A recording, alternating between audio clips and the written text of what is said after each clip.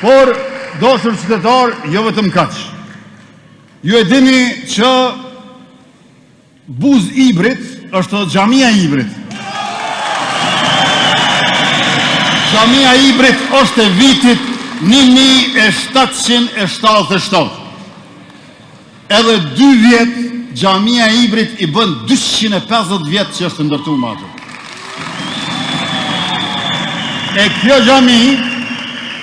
kjo xhami është djeg me 2 maj 1999. Prandaj mandatin tonë të ardhshëm do ta rindërtojmë xhamin e Ibrit.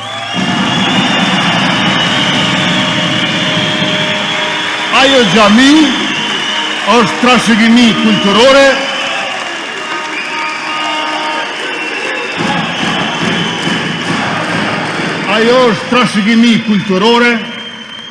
të gjitha objektet e dëmtuara të trashëgimisë kulturore pa dallim ne do t'i rindërtojmë e rinovojmë për shkak se nuk duam të na zhduket e kaluara.